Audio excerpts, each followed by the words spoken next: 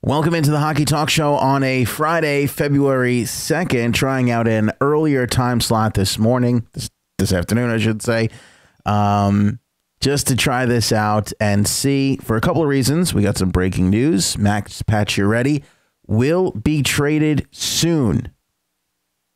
And also we thought we'd try it out a little earlier. This way everybody can get the podcast before the games come up this evening. We're trying stuff. It's the Hockey Talk Show.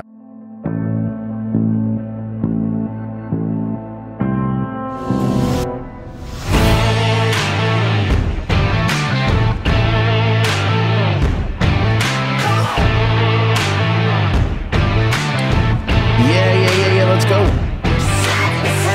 Hockey Talk Show. Max Pacioretty to be traded. This is breaking news, and we got it here for you first. That's why you have to subscribe and hit the bell on YouTube, like the Facebook page, and follow so you get the notifications first. It's super important that you guys do that. That's a big part of it.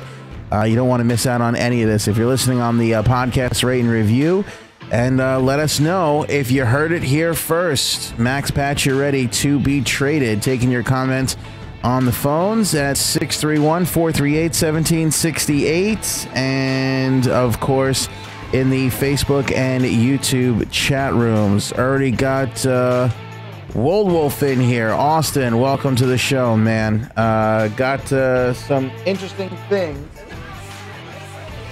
Some interesting things to get to with Max Pacioretty, and we're going to get into all of it right here and tackle all this. Want to tell you that there are some other trade rumors to discuss as well. Some minor ones compared to this one, though. And there's a very interesting dynamic to the Pacioretty situation, which I am flat out shocked by. Absolutely shocked by. I can tell you that the Tampa Bay Lightning will not be acquiring Max Pacioretty services. I just can't see it. I mean, maybe. I don't know. I will say this. Nobody knows where he's going, and it's wide open based on what I'm about to tell you. Okay? Now, one would assume that you got a guy like Pacioretty, perennial 30-goal scorer. Here's a guy that is going to go for a slew of picks, some prospects, maybe a decent player right now. Not the case. Rene Lavoie, probably saying that wrong, and that'll be the last time I say it. Reported sources close to the Montreal Canadiens left wing Max Pacioretty says the Habs captain expects to be traded soon. So this story coming from sources close to Max Pacioretty himself, meaning that Pacioretty has had these conversations with Marc Bergevin, and Marc Bergevin has communicated to him that he is going to be traded.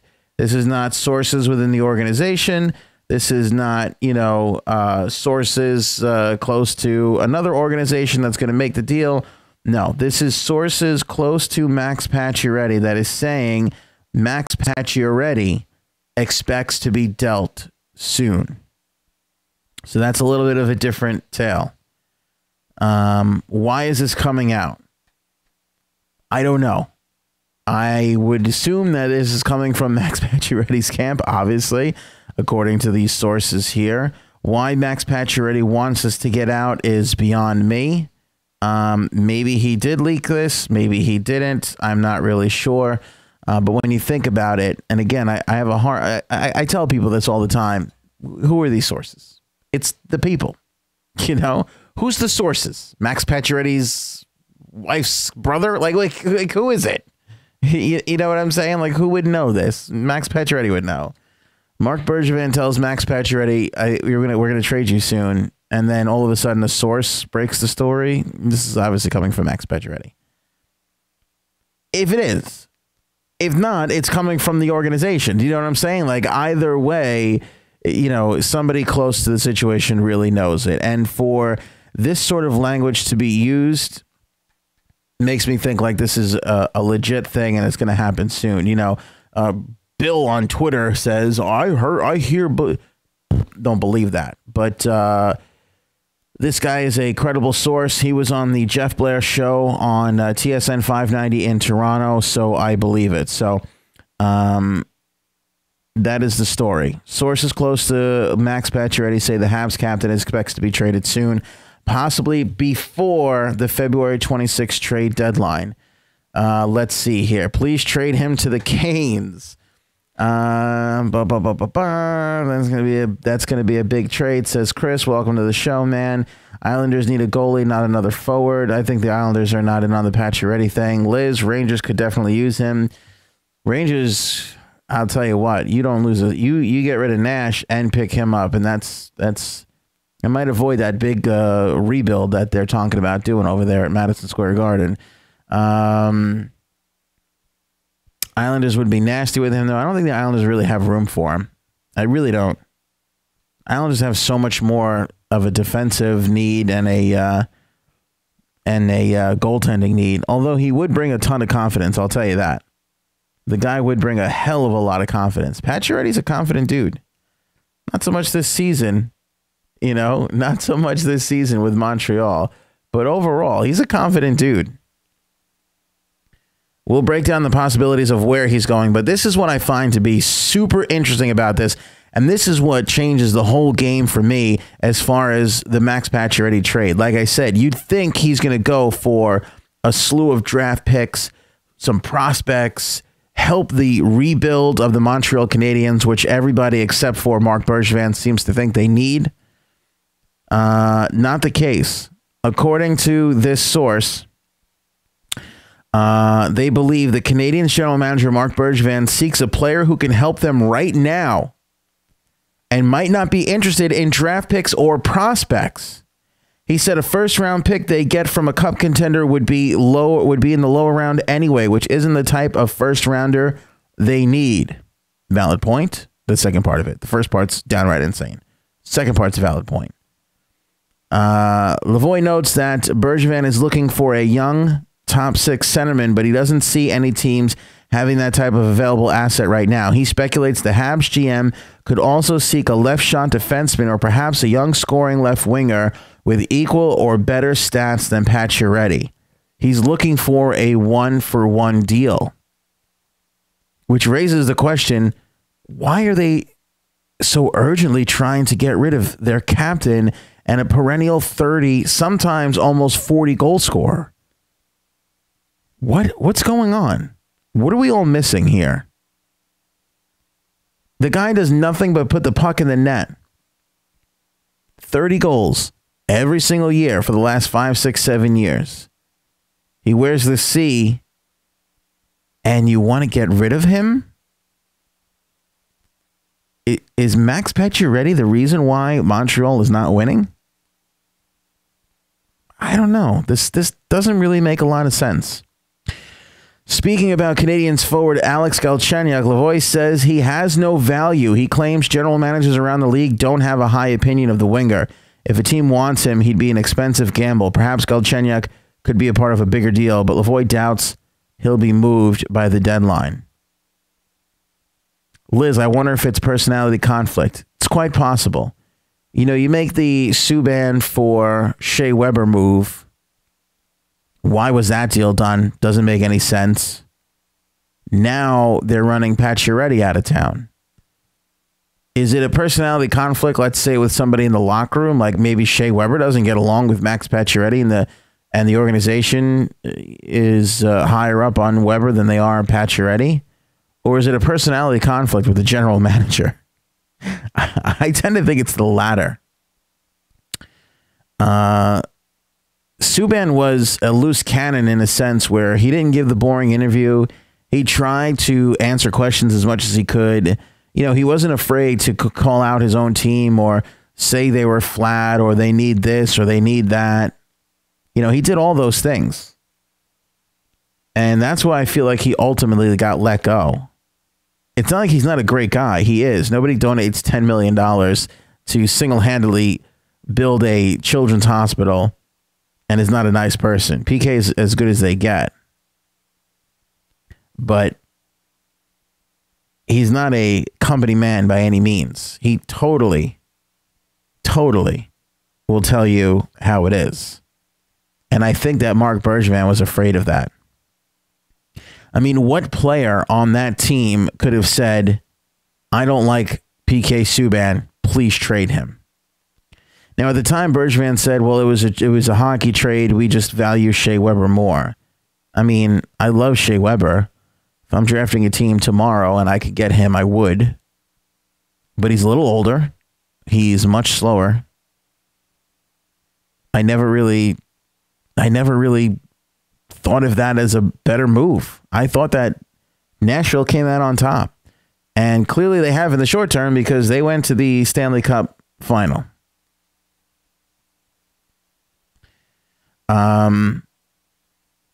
Now back to Liz's point. I think it's with the general manager. I totally understand one thinking it's with a player in the locker room. I can totally get that. In fact, that's why I say maybe it's Weber. Maybe Weber was brought in to be the captain of this team. Maybe Bergevin sees Weber as the guy moving forward. And maybe Pacioretty's in the way of that. Maybe Pacioretty's not getting along with the coach. Maybe he's not getting along with Jonathan Drouin. And Bergevin just went ahead and got Drouin and brought Drouin in. And now what's he going to do? Send Drouin out and take Pacioretty's place? Maybe that's what it is. It could very well be a conflict in the locker room. But even if it is, I can't see it being anybody that's not connected to Bergevin. Do you know what I mean? Like, it has to be. If it's not Drouin or it's not, Shea Weber, who is it? Alex Galchenyuk? No. Paul Byron? No. You know what I mean? Like, is Thomas Plekanec not getting along? Thomas Plekanec stinks. He's out of here next year anyway. Like, who on this roster? Jeff Petrie, maybe, I guess. Carl Alsner, maybe. But again, that was a big sign for Marc Bergevin. I don't know what they're doing over there. I'm really not sure. Chris, could it be a scare tactic to show them that if they don't want to play well, they will be removed? I mean, I guess so. Here's the thing. Your guess is as good as mine. I mean, you talk about the bad play of Montreal, and they certainly have not been good this year, but Max Pacioretty's numbers are on pace. With all the struggles and everything else, Max Pacioretty is on pace for 30 goals. So, it's not that his play, I mean, everybody's play has been poor. Is it they want to shake things up and, they'd love to dump Galchenyuk, but nobody's going to take him. So you got to do something. But then now you're talking about trading for trade's sake. I don't see how that's a smart move either. And, here's the weird thing. Max has a year of term on his contract. And by the way, at $4.5 million, how many 30 goal scorers in the National Hockey League can you name that are making $4.5 million? There's not a lot of them. They're all up in the $6 million, $7 million range. So the idea, and I remember hearing these rumblings a few weeks ago, and I think I even poo-pooed them at first. It just doesn't make sense to me. This is not a hockey move. There's got to be reasons behind this. It's got to be, like you say, issues in the locker room or issues with management. It's got to be something. Clearly, he's frustrated, but I don't see how you trade Max Pacioretty and improve your squad. Then again, I didn't see how you trade a Matt Duchene for nothing and improve your squad. So that worked out pretty good for Colorado, didn't it? Pacioretty has 16 goals and 15 assists through 51 games. So he's slightly off his pace for 30 goals. Slightly off his pace for 30 goals. Probably pacing out at around 25 right now on a really off year with a team that stinks. Are they not liking him because he's not throwing this team on his back and carrying them through it all like a John Tavares would, or an Austin Matthews would, or I don't know. Is it that? Is it he doesn't have the grit? I don't know. Is it just a change of scenery? Is this partially Max asking for a way out? Is it Max saying, I need to change this? I got to get out of here. Do me a favor, trade me. I mean, I think the source then would say Max Pacioretty has asked for a trade. I mean, certainly the team would have no problem throwing that out there because they'd want to look good on their end. Maybe that's why Max Pacioretty leaks this to begin with, because he wants to control the narrative. Lau, good shooter, doesn't skate, no intensity ever. I've heard the no intensity argument from people before. I don't really know. I don't know. I've never seen him get overly upset on the ice. I don't know if it's a locker room thing or I don't know. Maybe there's a third part. Maybe it's not that he's not getting along with the coach. Maybe it's not that he's not getting along with a teammate. Maybe it's just that they put the C on him and everything went, in the dump, and they feel like he's not the guy that's in there, rah-rahing everybody up into a frenzy to get them going. But, a lot of captains don't do that. A lot of captains don't do that. When Jonathan Taves puts that team on his back, he's not talking. He's doing extra reps in the weight room. He's the last one off the ice. He shows up before everybody else. He guilts you. He guilts you into picking up your own end by himself working harder. He's not a rah-rah guy. A lot of captains aren't. So it could be that. Could be there's no intensity. Make a change from the top. Get rid of the captain. Give it to Shea Weber. Bring in some new personnel, and you're off and running. Austin, do you think the Canadians just have a culture problem? I do. I do think they have a culture problem. I think they have a big culture problem. I think they have an identity problem and a culture problem. Think about where this team was and where they are now. They were competing. They were in the mix, and they've fallen out. I think the PK Subban trade did not go well for them, and I think that has definitely affected the identity of this team. I also think they were a first-place team that fired their coach in an unprecedented move, and they found themselves now in a position where that hasn't worked out either.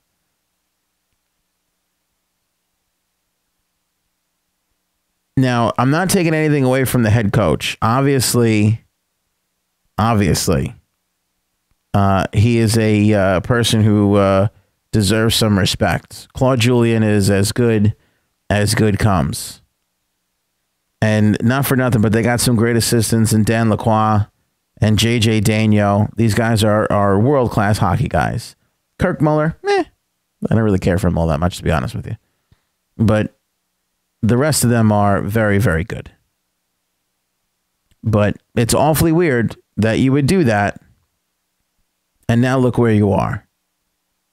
And again, remember, there was a lot of, it was Michel Therrien's, second time around? There was a lot of animosity when he was there. Could be a lot of things.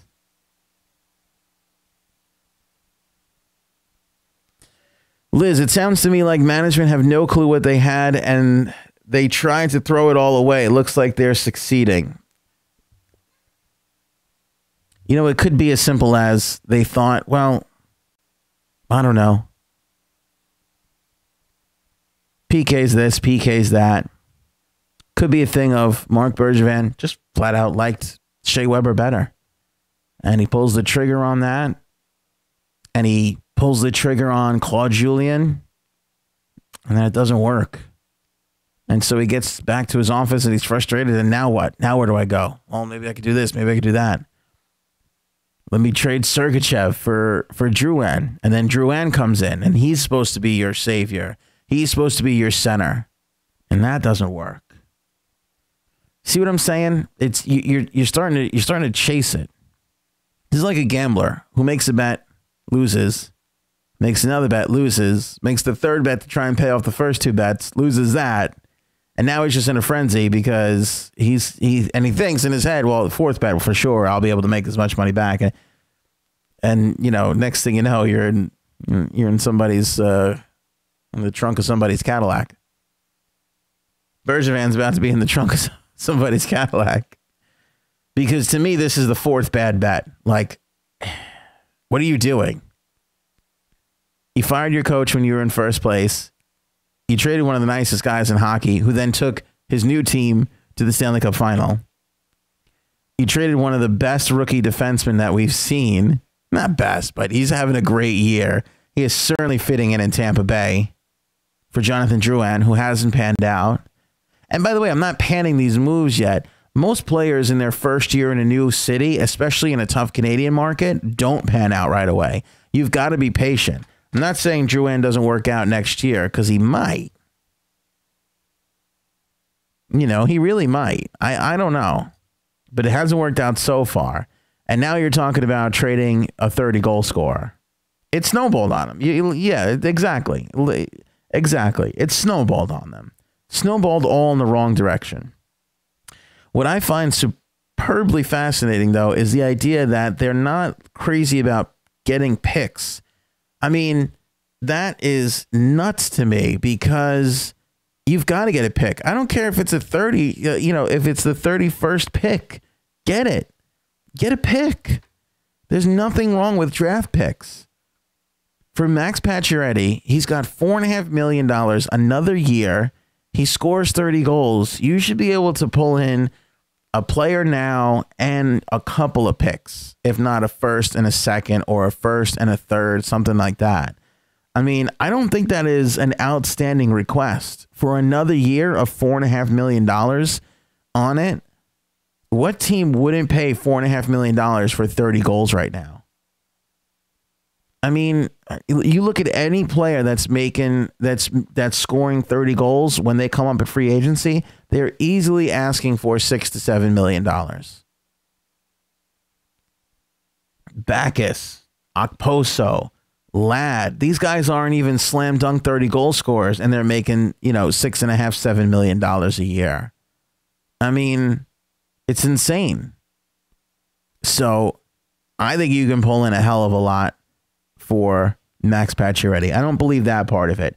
It's not past the realm of stupidity of Marc Bergevin, though, to turn around and say, I'll take a player now. Because now we can't even play the game where we try and figure out where he goes.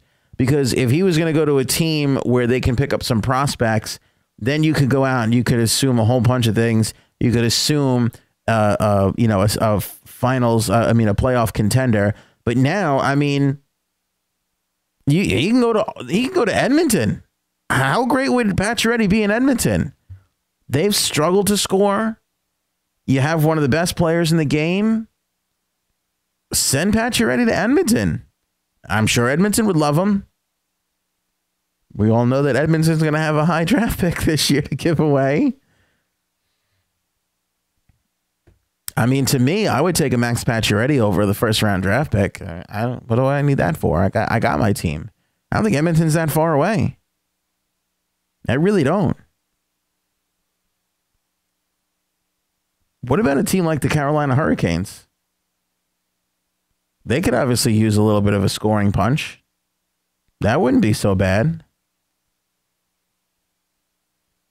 Chicago Blackhawk wants Patches to go to the Blackhawks. That's possible. That's possible. Wouldn't be my first selection for Pacioretty, but clearly they're missing Panarin over there. They're missing a little bit of that scoring touch. Why not Chicago? Austin, could that trade save Edmonton's season? You know what? I'll tell you what, Austin. You know what? No. I don't think so. If the Edmonton Oilers went out and acquired Max Pacioretty, Jesus Christ, Buddha, and Moses, they still wouldn't get into the playoffs. It still wouldn't happen. It wouldn't happen. And by the way, I don't know if you've been checking stats, but Jesus is having a hell of a season. So is Buddha. Oilers suck big time. The joke of the league. Isles and Flyers need a goalie ASAP. Yeah, we talked about that ad nauseum yesterday. Another thing I want to mention in all of this too is it's unbelievable to me how little chatter I've heard between general managers. Even publicly, John Chaika saying, no one's had a serious conversation with me about Antti Ranta. Doug Wilson of the Sharks saying, we're not really looking to make a big splash at the trade deadline. We're not going to mortgage our future. Garth Snow saying, I'm not trading John Tavares, and we haven't really spoke about acquiring, like, where are these buzz conversations? I mean, are they keeping these things this tight? Usually stuff is starting to leak out by now. I mean, here we are, February 2nd, Groundhog's Day, and finally we got this Pacioretty news.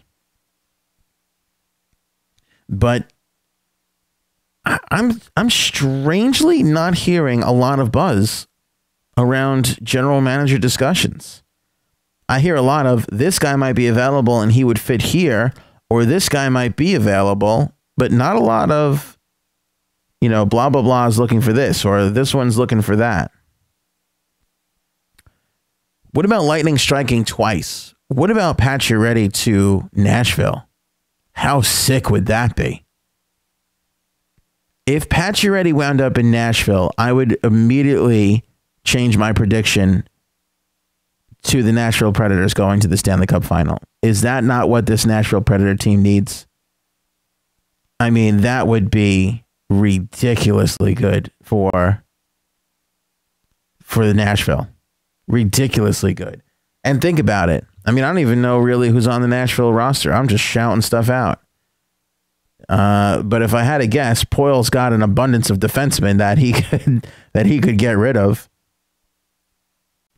I mean, think about that. You got Kyle Turris down there. Mike Fisher's going to come back into the mix for you. Imagine adding a guy like Max Pacioretty. Imagine that line. You got Forsberg, right? Well, who's on the top? Forsberg, Johansson, Arvidsson. Kyle Turris on the second line. I think Kevin Fiala and Craig Smith is there. You bounce one of those guys down. Now you have, let's say, Kevin Fiala playing with Scotty Hartnell, Nick Bonino. And your fourth line is Austin Watson, Colton Sissons, and Mike Fisher. That's a sick lineup. That is a sick lineup.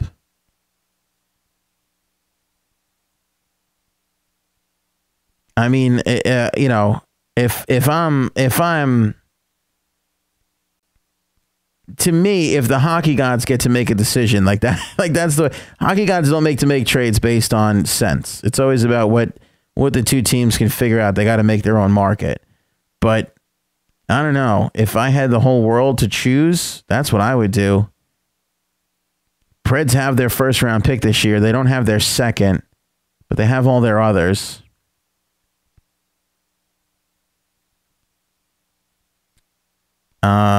They have plenty of prospects. I mean, plenty of prospects.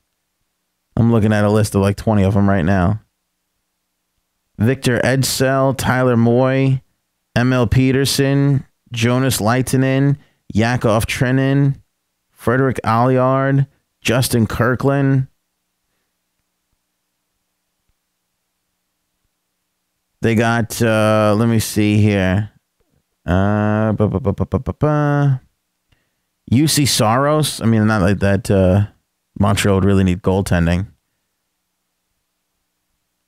They have 8 defensemen in there, up on their big club right now. Subban, Yossi, Ekholm, Emelin, Ellis, and Yannick Weber. Matt Irwin and Anthony Bitetto are also there. Anthony Bitetto is not a super prized prospect, but an interesting one. Lord knows he's faster than all the defensemen that Montreal have right now. To me, this would make a whole hell of a lot of sense.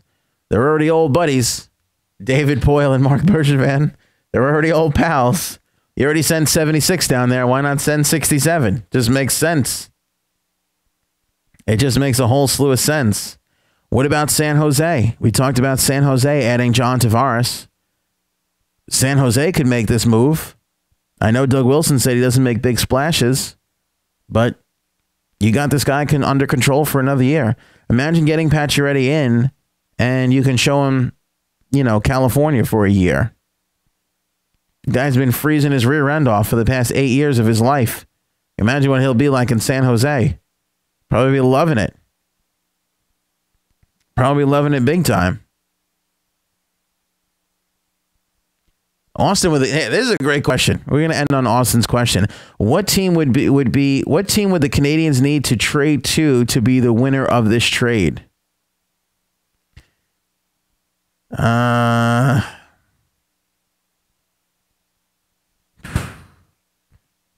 don't know, man. That's a great question. That is a great question. By the way, the Devils could definitely use some scoring. Not that they like desperately need it, but imagine where their place is going to be in the East if they got another 30-goal scorer running around on their ice. You know what I'm saying? I mean, they just traded a bunch of forwards to bring in Sammy Vatanen. Wouldn't be the worst thing in the world to go out and get another forward. Mirko Mueller's back, by the way. Mueller, Vatanen, Severson, Green, Lovejoy, Will Butcher. You have more that you could then move, who's a UFA next season anyway. You got a couple of prospects you can dish off there. They got Eddie Lack down in the minors right now. Steven Santini, who's done well for them so far, up and down. You got some options. Michael McLeod, I know, is a highly touted prospect for them. You got some options if you're New Jersey, too. Here's the weird part. Literally, Bergevin is going to get 26, 27 phone calls on this. I mean, there's very few teams that are not going to pick up the phone and call. Toronto's not going to call. The Islanders are not going to call. The Rangers aren't going to call. The Rangers are looking to a rebuild. If the Rangers wanted to skirt the rebuild issue, they'd make a phone call. I don't know if Jeff Gordon wants to go in that direction. From everything I'm seeing, Jeff Gordon wants to rebuild his own team from the ground up. He wants to draft, and he wants to build this thing the right way. And that's something the Rangers haven't done in 100 years. Basically since the league started. They built once. The Rangers built once, and that's it. They've been adding on ever since. They've never rebuilt. Never had a rebuild. I don't know. I don't know if you come out a winner on this one. I just don't know. Because that's the thing. You need a prospect. You need a draft pick. Like that's like the Islanders, when they made the trade, I forget who they dished out for the pick who eventually became Barzell. It was somebody halfway decent. I can't even remember anymore. That's how you win a trade. You get a Barzell down the ride. You get a Sergachev. You get that guy who turns out to be amazing. I don't know if you can trade another, who. And by the way, who's going to be like, oh, I'll trade where is there another struggling 30-goal scorer in the league that you're going to be like, oh, we can make a trade, change the scenery trade on this one. Take my struggling 30-goal scorer and I'll take yours. Liz, only good thing about the NHL not going to the Olympics is that we'll get to see some of these prospects. Yeah, I actually kind of like the fact that they're not going to the Olympics this year. Is that weird? I kind of like it. I like when they go, but I don't need them to go every time. I don't really need them to go every time. And, and it is a pain when these things are on the other side of the world and you got to get up at 3 o'clock in the morning to watch them. At least this way, I'll watch highlights at least. If I'm not watching something live, I'll watch some highlights and then, pick up and see some of the prospects that we got coming. So that's the big story of the day. What do you think? Max Pacioretty about to be traded. Where does he go? What do they get in return? Bob McKenzie believes that Oilers forward Patrick Maroon and Mark Letestu are likely to become playoff rentals at the trade deadline. Maroon would like to resign, but the Oilers will only do so at the right price. Frank Ciravelli at TSN has added Carolina Hurricanes center Derek Ryan and Leaf swinger Nikita Shoshnikov to the trade bait board and has removed Robin Lehner and Cody Franzen. That would make sense. Cody Franzen just went through waivers and nobody picked him up. How about this, Ranger fans? Brett Sergillis believes, of the New York Post, believes the New York Rangers defenseman Ryan McDonagh could fit perfectly with the Toronto Maple Leafs, whose roster is bereft of good veteran blue liners. While McDonagh has a 10-team no-trade list, Sergillis doubts he would pass up an opportunity to go to Toronto.